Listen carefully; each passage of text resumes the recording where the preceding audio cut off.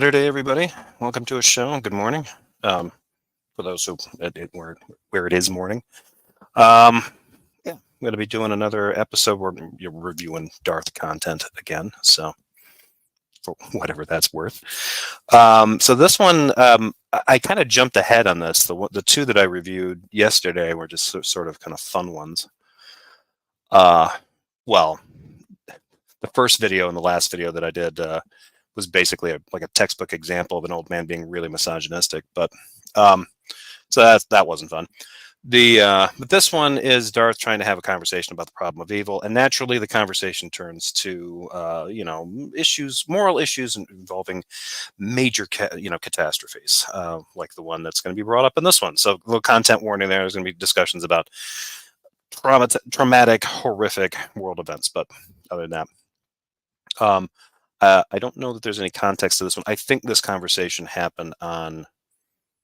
I'm not sure. This one might have happened over on Discord because he's sort of splitting his time between Discord and TikTok now.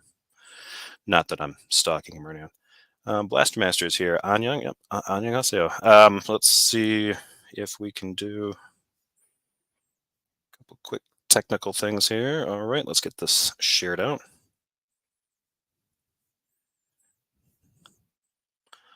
All right, let me switch myself around here. Not a lot of context to this one, and I haven't seen all of this one. I've heard clips of it, but so we'll see. Not a real long one, but I imagine there's going to be a decent amount to say about this because Darth is, of all the things that he gets wrong when he's handling apologetics and theology and philosophy, his takes on the problem of evil in the past have been ridiculously bad. They've always just been bad.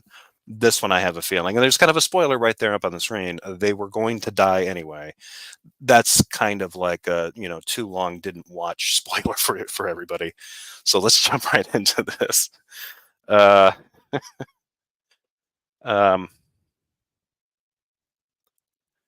There's a newer guy on the block, Planet Peterson. Darth has started stalking him on TikTok. Planet Peterson, I never heard of him. Huh. Jeff would never stalk him. Oh, yes, he would. We have to buckle up, don't we? I mean, no, I wouldn't say buckle. Brace yourselves. Gird your loins.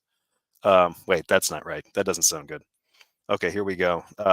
Usual rules apply. Yell at me if the sound's not working. Okay, here we go. John? Hello? Yes, what's up? Go ahead. Yes. Yes. I used to be a Christian. So while they're struggling to be heard by each other, I don't know what that font is. Maybe you can't. That's weird. Defending the Christian worldview against all other worldviews, especially atheism. That's an interesting take because I think the entailment is that there are no other worldviews. But I've bitched about that a lot. So here we go. Christian. I used to be a Christian. Now I'm an atheist.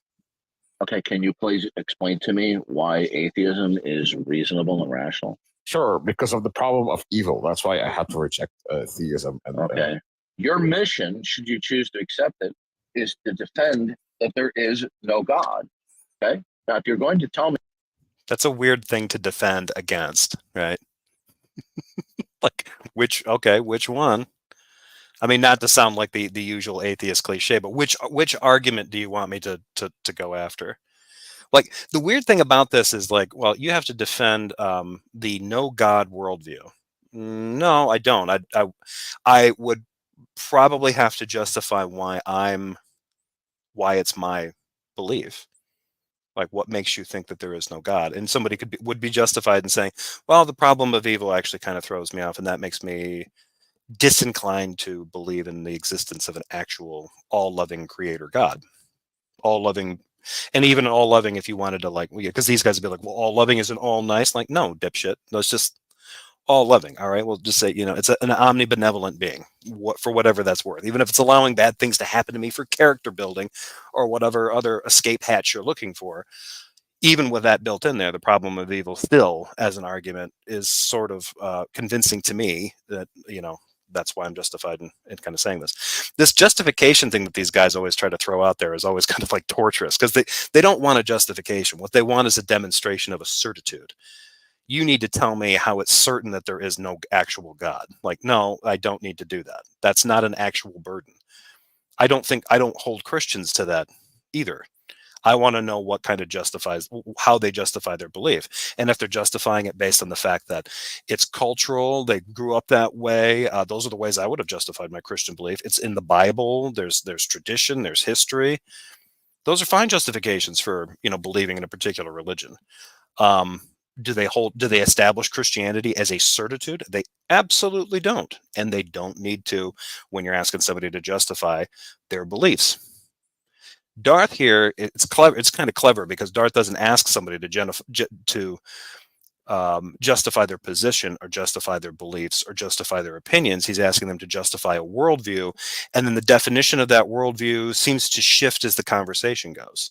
Like, you assumed a mental operating system called atheism, and now you have to show me how it works. You have to explain to me why it's the best operating system because I'm brand Yahweh or brand Jesus or whatever. And I think that's the better operating system to use as far as making assumptions and figuring out the world around me. And so that's wrong-headed, like in a couple of different directions, just from the jump. So with that rant out of the way, let's get back into this. Thank you, Brandon Smith. That's very generous. Thank you for that super chat. I appreciate it. That is going directly into the equipment fund. Here we go.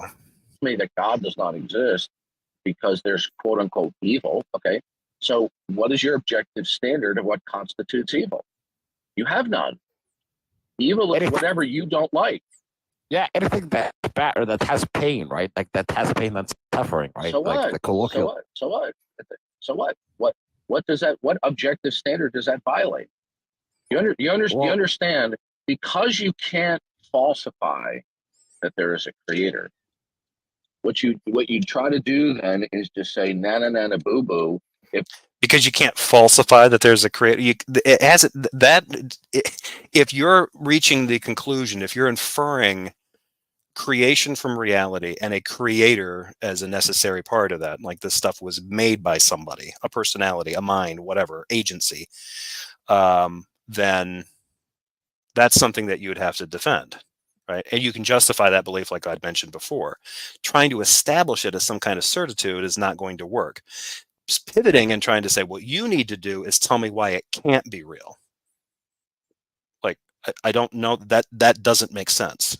I can tell you why I'm not inclined to believe that, why I'm not convinced. I can justify my opinions on that.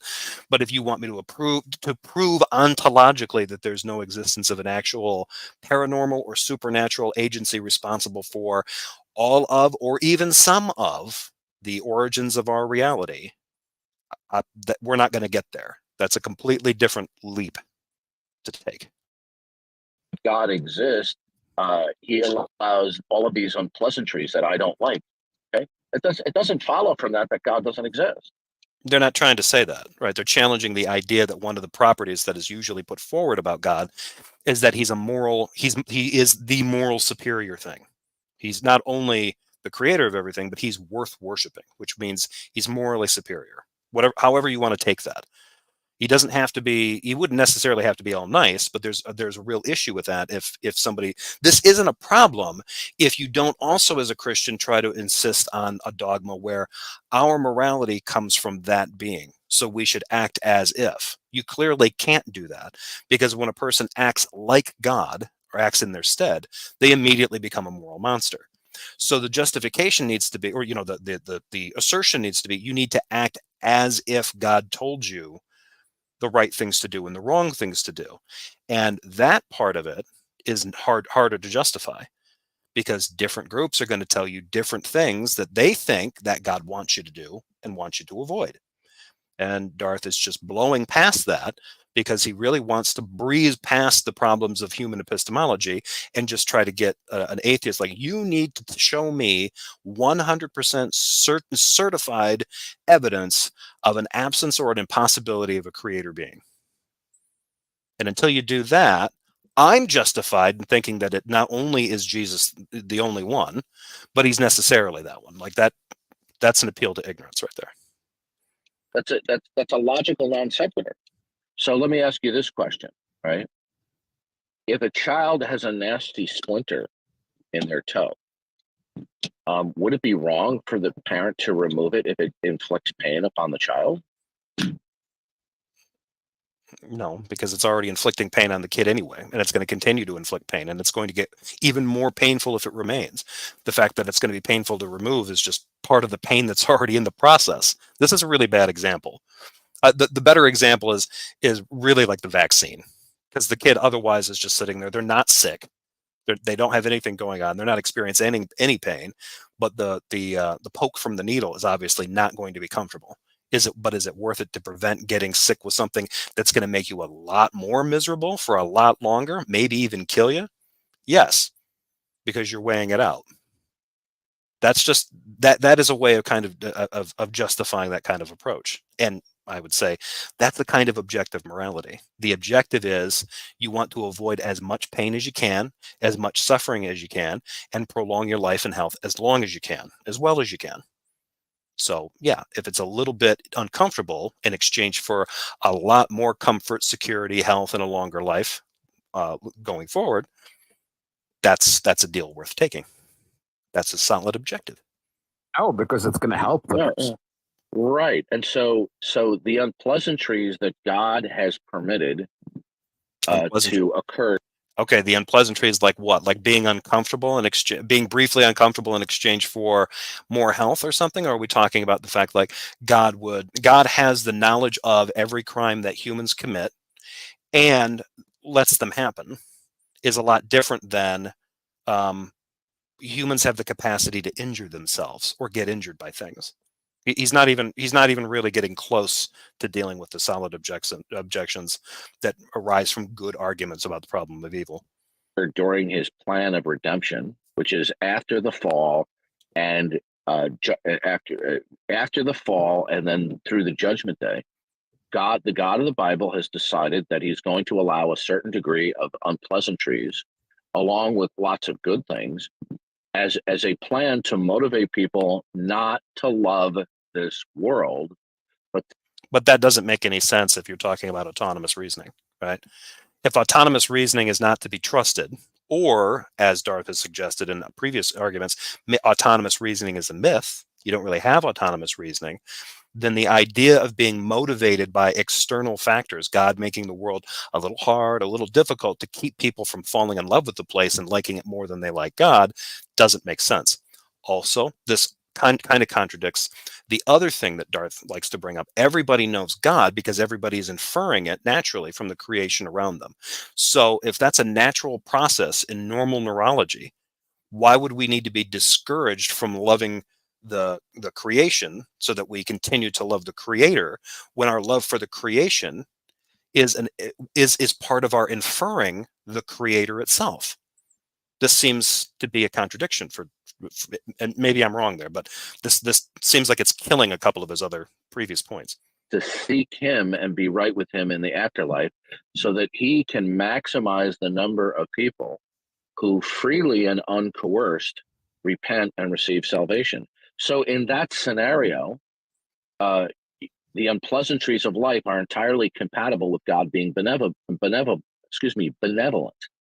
because He is utilizing these unpleasantries as a motivation so that more people will achieve the best of all possible worlds rather than lesser. So there we have a compatibility between God being benevolent and His redemptive plan of history and the unpleasantries of life.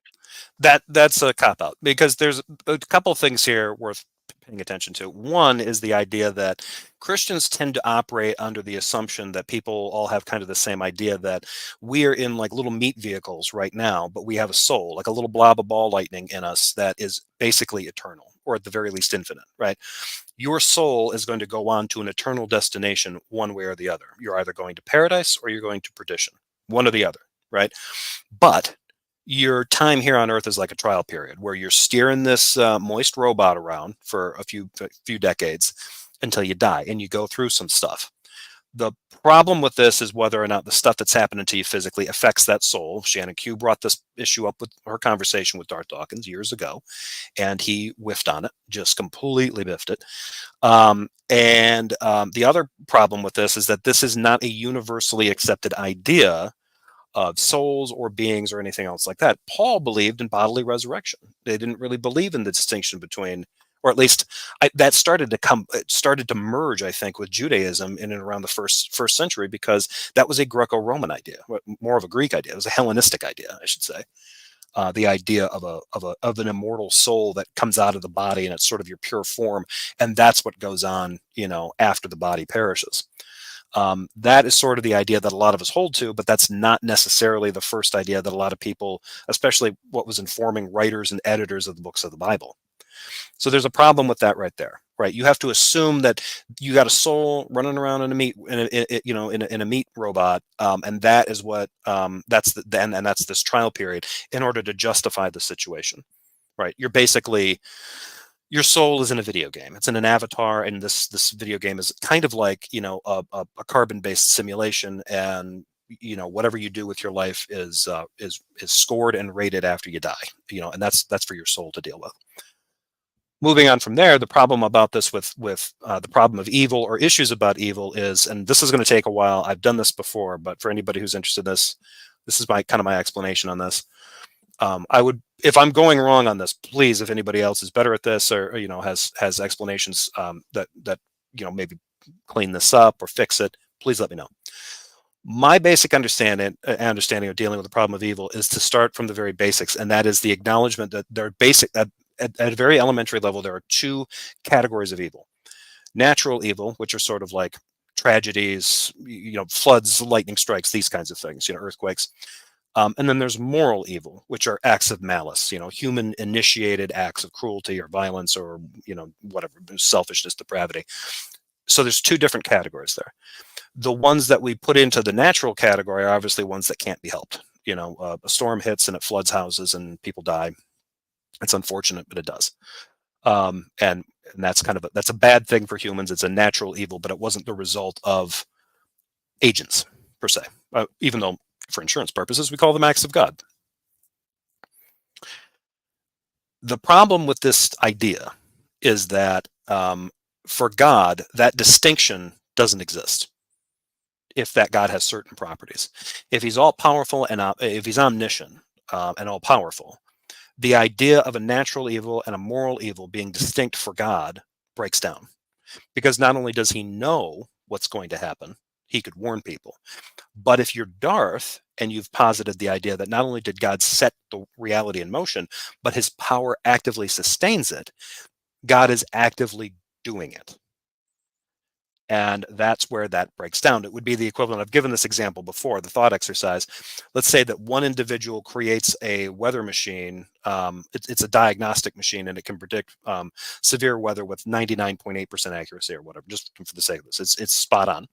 And it does something that no other machines can do. And it predicts a devastating storm will hit the coast of Florida. And it's going to be lethal if people aren't warned. No other system has picked this up. Nobody sees it coming. It's a fluke storm, but his system sees it.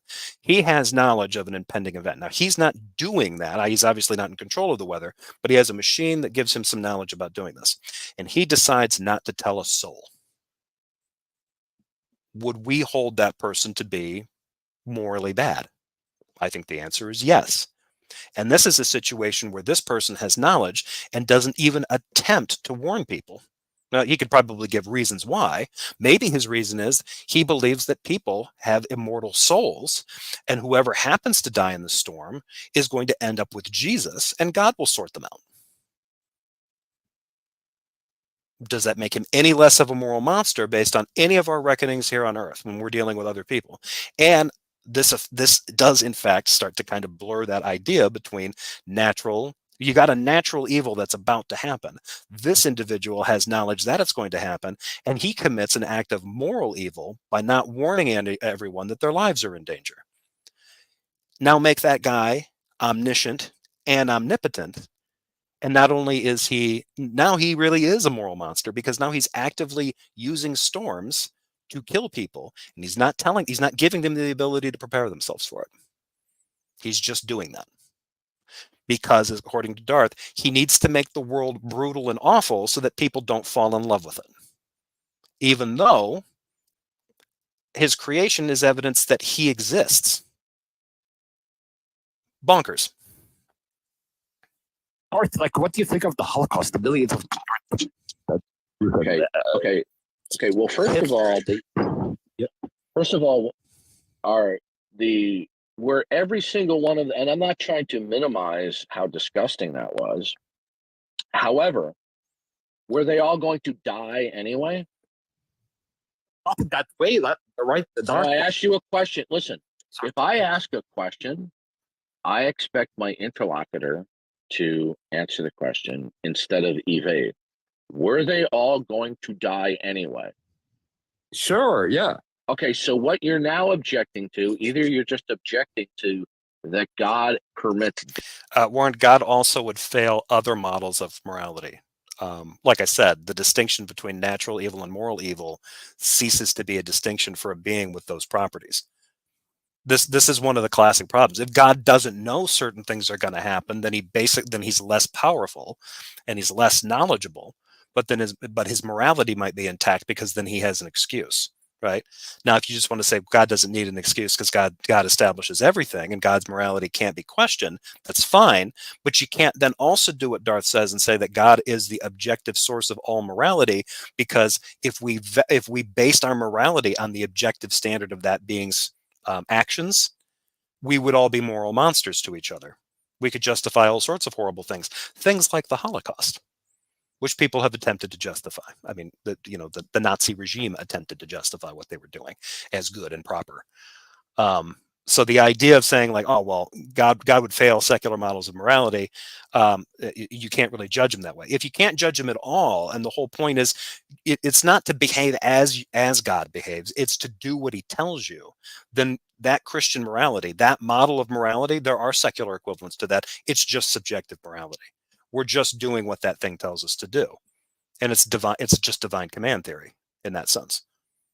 So you've basically just skirted the idea of having to do the hard work of trying to sort what is a morally good thing, trying to create an ethical code based on some kind of objective, human flourishing, human fulfillment, whatever, and just distilling it down to, no, we just do what God says, and we've got these books that we can divine from here what God would want us to do in all sorts of new procedures. We just have to sort out the entailment, which, hey, great. Now find me two Christians that agree on everything in the Bible, and I'll tell you that you're on the right path. Death, okay, per se, or what you're really objecting to is that the manner of their death and that they were somehow shortchanged. Okay, there we go. That was so evil, Mark. Hold on a second. Let's not generalize. What I want you to be specific. When you invoke the Holocaust, right? Are you objecting simply because they died, or that they had an early departure from this planet? Well, when Darth is complaining about women using birth control methods like terminating pregnancies, is he angry because the babies died or because they had an early departure from this planet? That because the way in which they died. The way, right? He used to burn them and like kill the way they were killed, right? Do you know how they were killed? Yeah, through the furnace, right? He would put them at bed. No, you don't know what you're talking about. They were put into rooms where they were told that they were going to be taking showers, and then they emitted gas, which would cause them to asphyxiate and pass out and die very quickly. Right. This is incredible. Okay, so what you're really so your real objection is that the way that they died was very unpleasant for them. Well, lots of people. What was that his problem? Was that his objection? Oh, well, you're just upset because they did it a bad way. I would like to point out, and I don't know, my guess is Darth is not great at history either. A lot of people in those concentration camps were merely worked to death. They starved to death. They died of exhaustion, fatigue, and famine. Some of them were beaten to death. Some of them were frozen. Some of them were tested on. Some of them were burned. Uh, but a lot of them were simply worked until they dropped, and then they were disposed of. The idea that he's just like, oh, well, the way that they were doing this was, well, they were just, they would lure them into the, like, look, that is a particularly horrific technique that they used to kill a lot of, to, extinguish a lot of lives as quickly as possible. But that wasn't the end all be all of their cruelty. The idea that he's bringing this up, like, oh, well, you just, the theatrics of their cruelty is what you're objecting to. You're just objecting to the methods that they used, I think. But really, in the end, I guess Darth doesn't have a problem with this because, like, look, lots of people die. We're all going to die anyway. So what difference does it make? Like, okay. So it sounds to me like he's sort of internalized this idea. You're an eternal soul, or an infinite soul. You seem to have a point of origin at the point that you come into existence, but your soul is going to go on forever and ever. But your body's going to die, so it's just a trial period. So okay, you lived for 5 years, you lived for 50 years, you lived for 100 years. Who cares? None of all that's just a wash. It's all it's all based on just what you do. Okay, so you became a wealthy person and lived a life of comfort and ease and leisure, and you still stayed a believer, and now your soul gets to go on to a good place.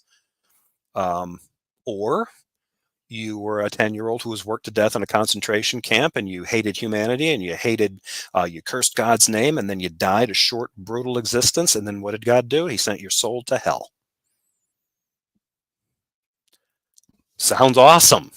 Sounds awesome. All to make sure that God's redemptive plan for man is paramount in humans' minds and not to fall in love with the creation. Will die in very unpleasant ways as well. I'm not trying to sugarcoat the Holocaust.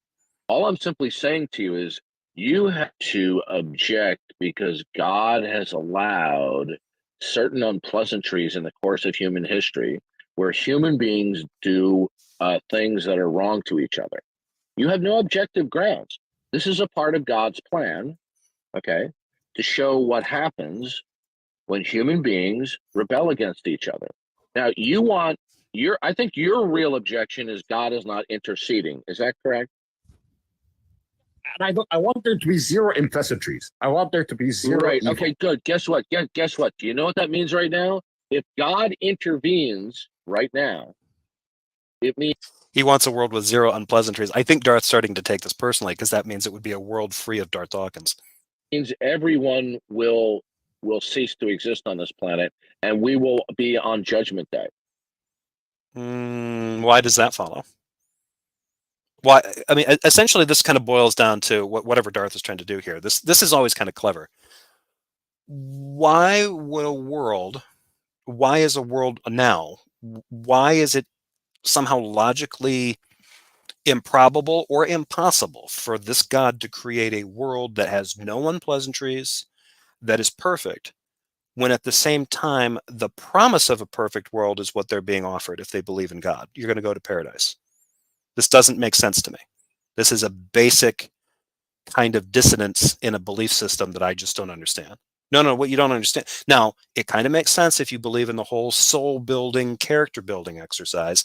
What your soul needs to do is run around on this planet in its little meat avatar and do things and get achievements and learn stuff and make mistakes and blah, blah, blah, so that you get a scoring system so that we can then rate you.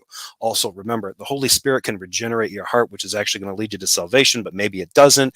But maybe you don't believe in that kind of irresistible grace. Maybe you just believe in some kind of grace. Maybe you can earn it. Maybe you can't. Whatever, there's all these different theocratic, theological, and dogmatic cul-de-sacs and jags and turns and corners. But at the end of the day, you're just in a trial period, and then after that, we're going to figure it out. And then what do you get? If you go to paradise, you get the kind of world that Darth is now saying is maybe he's implying here that it's logically impossible for God to do that. Well, if we had that kind of world, then we'd already be in the end times. Like he's just saying that, well, if that's the kind of world you want, then we're going to be in Judgment Day. Or just humans can't exist the way they exist. Well, how are we going to exist in a paradise and still be human then? We're clearly going to be something else. Oh yeah, you're going to be made perfect or something. Like, are we going to have choices? Because according to these ding dongs, well, God, yeah, you're able to do bad things because God gives you the freedom to choose. Okay, well then in paradise, I can't have the freedom to choose. It sounds like that opens me up to evil still, and there's not going to be any evil in paradise. So how do you deal with that then? Lots of problems they haven't worked out here. You really do not want God to intervene. You say you do, but you do not want God to intervene. Because if God intervenes right now, guess what? It's Judgment Day. Do you want Judgment Day to happen right now? No, I just wanted to. I think that'd be interesting. First of all, I don't understand what Judgment Day is, because it's not. Depending on your views on Christianity or your takes on certain aspects of the Bible, there are people that believe, well, God comes back and then you get put in judgment, and you will be evaluated. Jesus is your defender if you're a Christian, but if you didn't, then I guess you're going in front of the judge, pro se, so to speak, defending yourself, and you will be found guilty because you don't have the law firm of Jesus Christ Superstar backing you.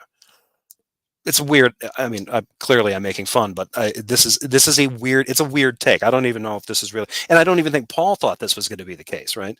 The kingdom of heaven was going to literally descend, come down, and pop itself on earth, and the dead would be resurrected. We would enter into the end times, and the kingdom of God would manifest itself on earth. People would be bodily risen here on earth. This idea that you get poofed up into a heavenly dimension, then the first thing you have to do is attend a trial, your own trial. You got to go to court to figure out if you belong there. Or you need to go to the fiery pokey place. Is absurd and childish. Prevent evil. Stop That's right, it. John. Listen to me. Yes, sir. I take it you're a grown adult. Okay. You need to respond to me that my questions are serious. Okay, instead of we're just bickering here like at the cafeteria table. And you're only going to get bickering with Darth. JL writes, well, the hard fundies are claiming there will be something big on the solar eclipse. I'll be in Texas in the path of totality, so I'll report if something happens. I appreciate that. JL Warren, folks, he's going to be our end of times correspondent reporting from Texas. I always think, like, if there's going to be an end of the world, yeah, it's probably going to, like, we're if you're in America, where we're going to hear about it from, some things happen in either Texas or Florida.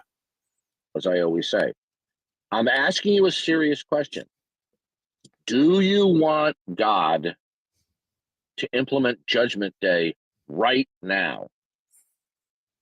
No. Then you need to stop complaining about God's plan. What? God has a plan of redemptive history to include the good, the bad, and the ugly as his overall program to motivate people not to love this one. Why do we need to be motivated not to love creation when we're not supposed to give into our autonomous thinking? Why is God prodding us? He's provoking us to come to conclusions using our autonomous reasoning when either autonomous reasoning can't be trusted, according to some of Darth's arguments, or doesn't exist in the first place, according to other arguments Darth has made. Why is this necessary? You are either brought into paradise with God or you're not. You are either built for salvation or you were built for destruction, according to some like hardcore like Calvinists. That seems to be a more correct entailment of that dogma, that theology. But if you're trying to say it has anything to do with your free will and God's trying to create a tough place for you to live so that you're longing for God's salvation and freedom, that is God directly appealing to your autonomous reasoning so that you make correct choices. You have the information necessary to make the right decision. It's up to you. That directly conflicts with other concepts Darth has attempted to argue from, like you not being able to escape the Christian worldview. And because, if you do that, you're just trying to pretend you have autonomous reasoning, and giving into that that's just going to lapse into absurdity. Not to love this present world and to seek him in the afterlife. Okay. The unpleasantries are a constant reminder, as displeasurable as they are, a constant reminder that this present world is not the way it's always going to be. Okay. Bite me, teacher. It's Darth's meanderings are not worthy of any consideration, including how long you're going on about it now. Okay, I'm going to take that a little bit personally today.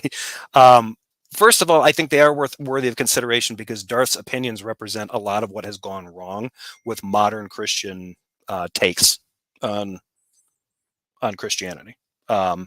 Ideas about salvation, about God's redemptive plan for man. These are pretty conventional. Darth's got some weird ideas, like the idea that everybody just with normal neurological development either has to get to a point where they acknowledge that there's only one God and it's the God of the Bible, and they either accept that or deny it. That's a weird take that I've never heard from any other Christians. However, the rest of the stuff that he's kind of trafficking in is very common level stuff. It's the kind of stuff that gets communicated to Christians from other Christians, and it's the kind of stuff that often gets communicated to lay people from their pastors in a lot of American churches. It's worth talking about, and it's worth pointing at, because anybody operating with a lot of these crazy assumptions without having it poked at and being shown like, hey, that thing that you just said now, that contradicts the thing that you said yesterday. That's always helpful to point out, even if the person is a raging lunatic like Darth Dawkins. Sorry, TJ. I wanted to yell at you. So there is absolutely no evidence supporting the existence of God. That is all that matters.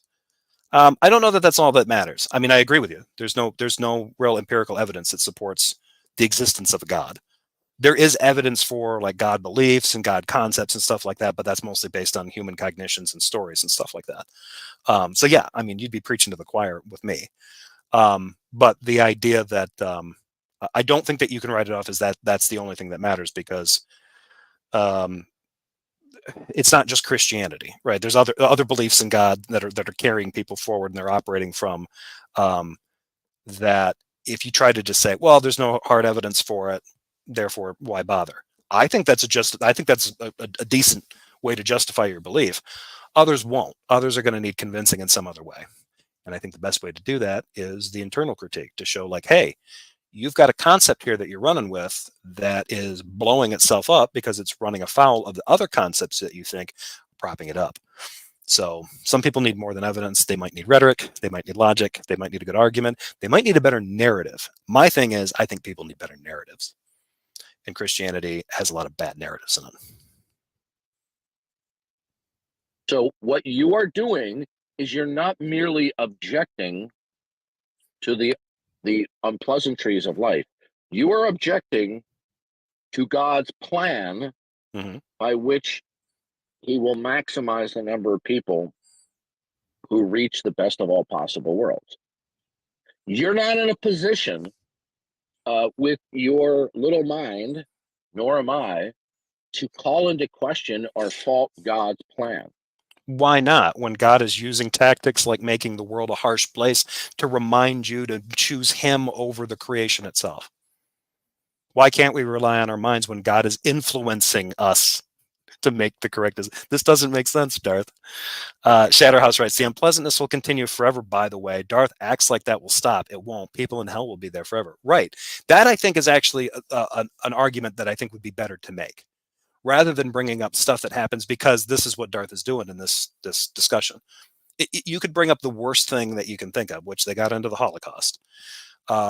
So people exterminating other people in massive numbers. This is terrible.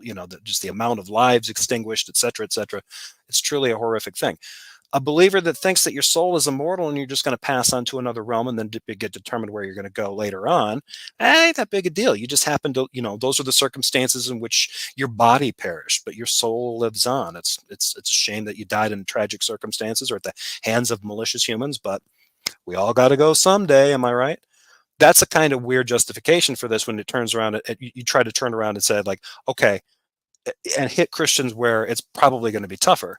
One, establish if they believe in hell as a place of eternal conscious torment. Not all Christians do. And then ask how that's justifiable based on the trial period that they lived through on this planet. That's a tougher thing to go with. But if they believe in a God that hasn't established a hell, they believe that, like a universalist, everybody eventually goes to paradise. then you might have a better grounds. You might be a little bit more consistent. Yeah, the world can suck, and yes, bad things can happen to you, but you know what? In the end, we're all going to be with God. We're going to end up in a perfect world at some point, and a lot of this is going to fall away. No more tears, no more pain, no more suffering. Okay. All right. If that's the goal and that's what you think, that's kind of cool.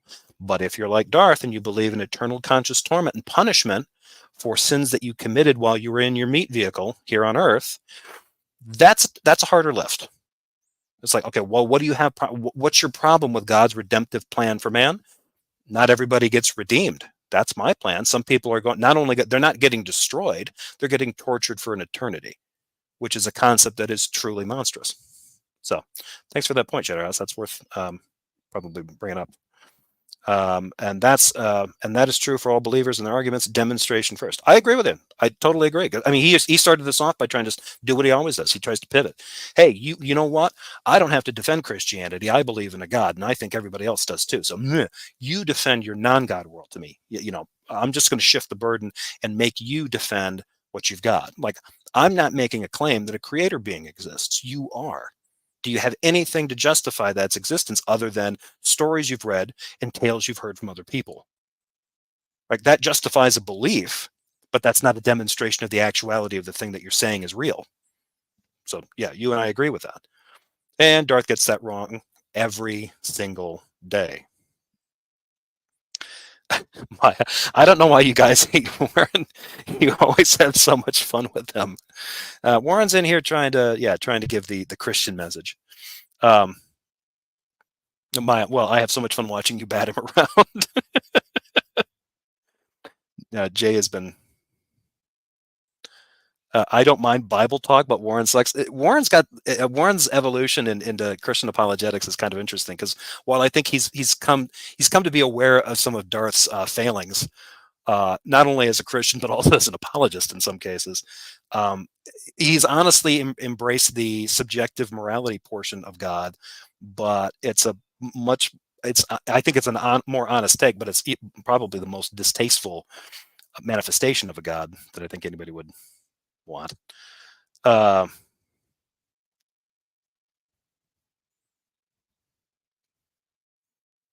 see. All right.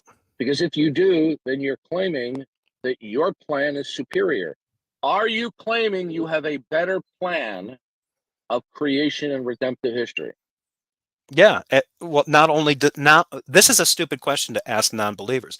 Hey, do you have a better way? Could you have created a better reality?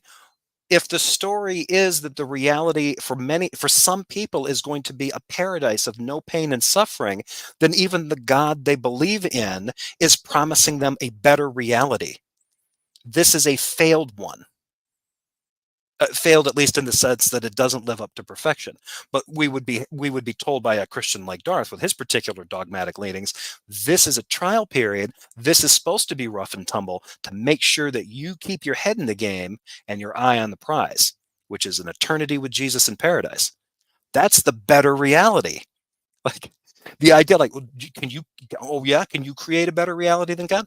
Yes, we can. We can imagine it because it's what Christians are imagining is going to be the eternal reality they get to enjoy after they get out of here. So don't start with those questions, man. That's just opening yourself up. Well, no. Okay, then you need to close your mouth. You need to get on your knees and repent and accept Jesus Christ as your Savior, because without which you will not escape the wrath that is to come when your life is over. You want to sit there and whine and complain because you don't like what's going on. I don't like certain things that are going on. Some of my family members have had problems, okay, that are.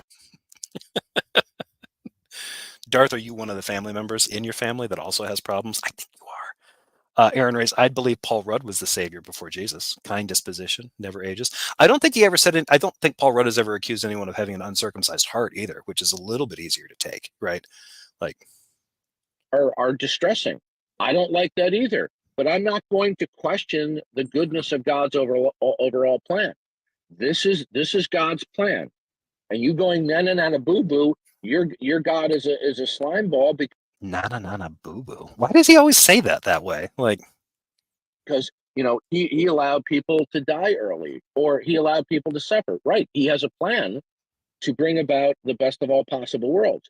That's like you haranguing a panel. What? I accidentally timed out Warren for 24 hours. What the hell did you do that for? Trying to learn the new controls, are you? Yeah, I remember they changed like the durations. I think you have more options for how long you time people out. It's Jay's first day on the internet. Yeah, it's his first day being a mod on this channel too, apparently. So yeah, if Warren watches this later, sorry, Warren. That probably shouldn't have happened. I think I can get in there and lift it. Let me see if I can. I'll play this a little bit and see if I can kind of get into the controls and maybe turn that off. Parent who spanks a little toddler, okay, and you say, "How dare you inflict pain?" They say, "You don't understand this." Okay, most people I think would acknowledge that spanking is a form of child abuse, Darth. So this is going to be an interesting take. Child has almost run into the road many times, and if I don't do this a few times, the child's not going to listen to reason, and the child. A few times, the beatings will continue until sense sets in. That's not really great. It might be better to explain to the kid, like, look, if you get hit by one of those cars, it's really going to hurt. Right. And if you got a kid that's just, and here's the thing, Darth, what difference does it make? Right. Okay. Why take those steps and inflict that pain on the kid? If the kid happens to get struck by a vehicle, it's just going to be, they're just leaving early. I mean, it's all part of God's redemptive plan for man. Am I right? Child is very prone to running out and getting killed and has almost gotten killed. You see, you didn't understand the big picture. So thank you for coming in. Next time you try to challenge the God of the Bible, I think you better be more well-read in it. Okay? Thank you, Darth. Thank you, Darth. Welcome, Billy. What would you like? I would recommend that for Darth. And okay, so it's interesting. Tom Rabbit focused on the idea that, well, they're going to die anyway, right? And that is a monstrously stupid take, and just morally monstrous position to take. Whether you believe in eternity or not, that's still fucking horrible. The other thing that I don't think this is emphasized enough. Ultimately, at the end of his little harangue against this guy, what's the main point? What's the major takeaway? He established that the defense for the world being cruel is equivalent to spanking a kid. That really tells you everything that you know. God needs to be an abusive parent in order to get you to recognize your place and to do what it wants you to do. What I want you to do is to avoid getting hit, so I'm going to hit you first. Neat. There's a reason why bad parenting would result in spanking a kid, and why humans could be kind of justified in doing that based on our limited capacities. Why does a God that controls really ultimately through the Holy Spirit controls your grace and controls your mindset need to do that? Why couldn't he just change your mind? He could give you the awareness, wait, if I run out into the street, I'll be struck by a car and injured or killed. I shouldn't do that. No, what I need to do is make sure that you get to experience a life of brutal, short suffering and pain. That way you love me more, and you keep your eye on the idea that, eventually you're going to get a perfect world. Right now, you got to deal with this crap I've left you. This is to make you love me. I mean, I don't know if we could get a better summary of not only Darth's take on what he thinks love is, but also what he thinks parenting is. So this God is sort of a clueless abuser who's trying to get you to just do what it wants because it's part of its plan. Jury's still out on whether or not we're supposed to come to these conclusions on our own, or whether we're supposed to surrender the illusion that autonomous reasoning is a possibility or a reliability and just give it all over to God, who is also trying to make things miserable here to remind us that everything's going to be great later. Except for those that go to hell, where everything will be horrible, even worse than here, all the time, for eternity. So Darth didn't get anywhere near close to doing this. The problem of evil still stands as probably the biggest problem that Christian apologists have to deal with, whether they're talking about the logical problem of evil or even just sort of talking about some of the moral problems of evil that get to get brought up. And this guy really, the guy that he was talking to, barely got a chance to really make any strong points. Most of this was Darth trying to presenting his own hypotheticals and then fucking them all up. So great job, Darth. If Darth continues this on TikTok, I think we're going to see an increase in at least unaffiliated people from religions at the very least, but may possibly even a bigger increase in people who profess to be atheists. Jail writes, it's such a weird mentality. Warren thinks coming in here is his lion's den. If we end up muting him, he concludes he won. If we ignore him entirely, same thing. Same thing. B.S. Morton's fork.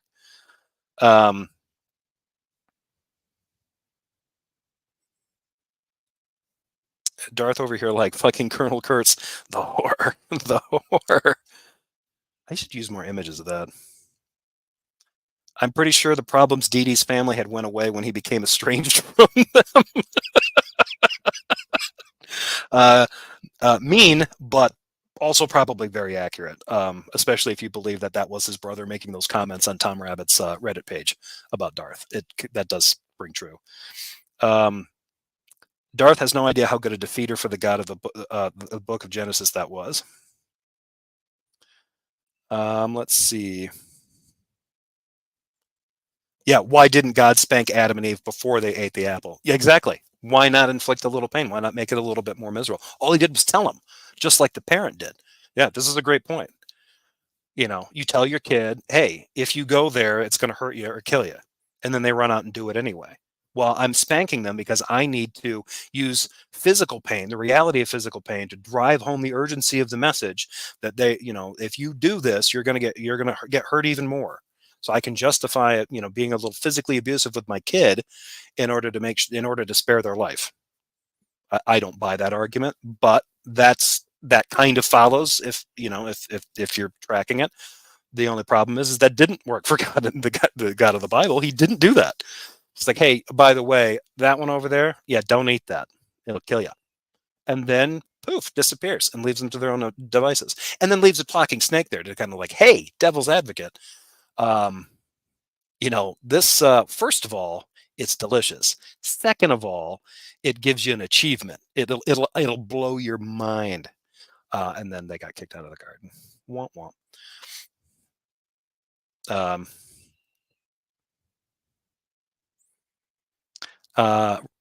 The big picture is that none of that bullshit is logically necessitated by virtue of the God category. Such nonsense.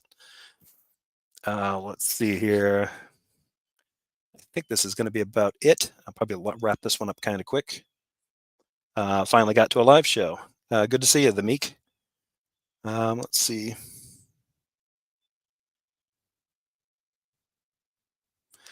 What's interesting is when you start talking about how Jesus saves us, most that I've talked to seem to hold to this idea of Jesus reaching out his hand and it's up to us to take it. Yeah, that seems, and a lot of Christians seem to be like that. Like, it's kind of a two-way street.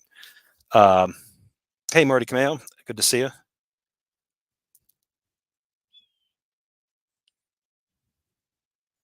It's all part of God's great video game. Yeah, it kind of seems to be. All right. Well, with that said, thank you, everybody in the chat. Thank you again for the super chat. I really appreciate it. It was very generous.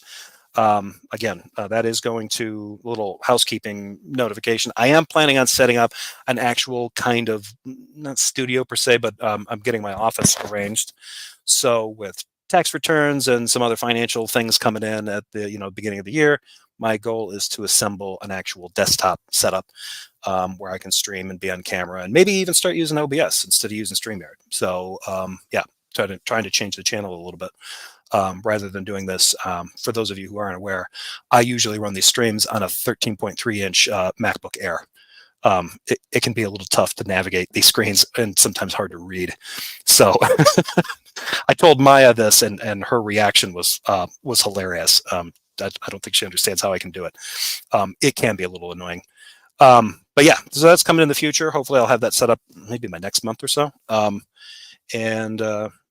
other than that, yeah, I think this was the same reaction that you had when I told you this on Discord. Oh God, why? Uncle Charlie, the horror. Yeah, Yeah, it's not easy. I mean, I love the stability of the MacBook thing, but the operating system is not, it's not great. But yeah, trying to do streaming with multiple windows and stuff, you have to shrink everything down, and that, yeah, it's restricted. So yeah. Anyway, I'm going to get out of here. Thank you, everybody, for joining me on a Saturday. My apologies to Aaron Ra, who went live at the same time. I might have to adjust my times for this. It might not be Saturday morning side-eye. It might just be Saturday side-eye. I might start doing these maybe like in the middle of the afternoon to avoid, because Bree has one on, I think she goes live every Saturday at 10. And I forgot, Aaron Ra, I think, does a Blasphemer's Bible at 11:30 almost every Saturday, I think. So yeah, I'm going to try not to like interrupt with their streams. But other than that, folks, I'm going to get out of here. We will see you all later. Thank you again for super chats and for keeping things lively. Special shout out to Warren, who Jay sends his apologies. He accidentally blocked you for 24 hours. I will try to reverse that if I can, but it will time out after a day. So I will probably see you in the live chat on my next one. So Jay says he's sorry. And with that, I will get out of here. So thank you again, folks. As always, lovely to see you here. I hope you all have a great Saturday, great rest of your weekend, and I will catch you all next time. Bye.